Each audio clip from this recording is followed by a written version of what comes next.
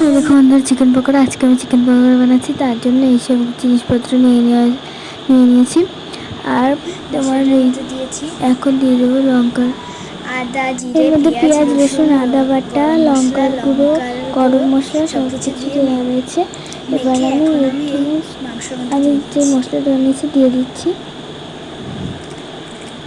মশলাটা দিয়ে হয়ে গেছে। এবার আমি দেবো নুন। এবার আমি নুন দিয়ে দিচ্ছি। 1 চামচ নুন, তারপরে দেবো হলুদ। 1 চামচ হলুদ, আর একটু নুন দিয়ে দিচ্ছি। তারপরে এই মাংসটাকে 10 মিনিট ম্যারিনেট করে নেবো। তারপরে এই 10 মিনিট ম্যারিনেট করা হয়ে গেছে আমার মাংসটা। এখন আমি উনুনটা জ্বালিয়ে নেব। উনুনটা জ্বালানো হয়ে গেছে। এখন আমি কড়াইটা বসিয়ে দিলাম। কড়াইটা গরম করা হয়ে গেছে। এখন আমি কড়াইয়ের মধ্যে দিয়ে দেবো তেল।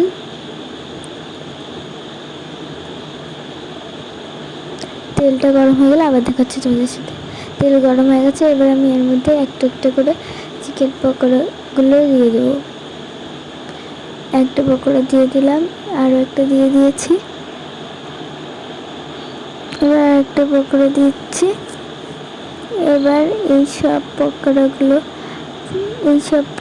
একটু একটু ভাজা ভাজা করে নিয়ে দেখাচ্ছে। এই যে ভাজা ভাজা করে নিয়েছি, আরও একটু ভাজা ভাজা করে নিচ্ছি। এখন একটু উল্টে দিলাম। উল্টে দেওয়ার পরে এখন দেখো আমার পকোড়াটা হয়ে গেছে। এখন আমি তেল ঝরিয়ে নামিয়ে নেব।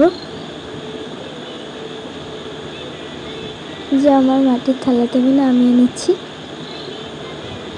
এইভাবে আমি সব পকোড়াগুলো ভেজে নিয়ে আবার দেখাচ্ছি। এবার আমি একটা তোমাদেরকে খেয়ে দেখাই কিরকম হয়েছে।